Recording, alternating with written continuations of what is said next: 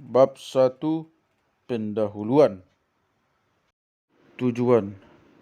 Penelitian dan pengkajian dilaksanakan dengan tujuan yaitu 1. Untuk mengungkapkan ide-ide, gagasan-gagasan, berbagai macam pengetahuan tentang alam semesta dan lain sebagainya yang terkandung di dalam nilai luhur suku bangsa Batak di Sumatera Utara.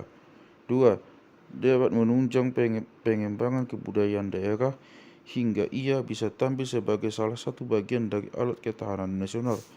3. Dapat dijadikan sumber konsepsi dalam usaha pembinaan kebudayaan daerah dan nasional.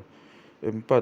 Dapat menimbulkan rasa kebanggaan atas hasil karya sastra Indonesia zaman dahulu, satu karya yang bernilai tinggi.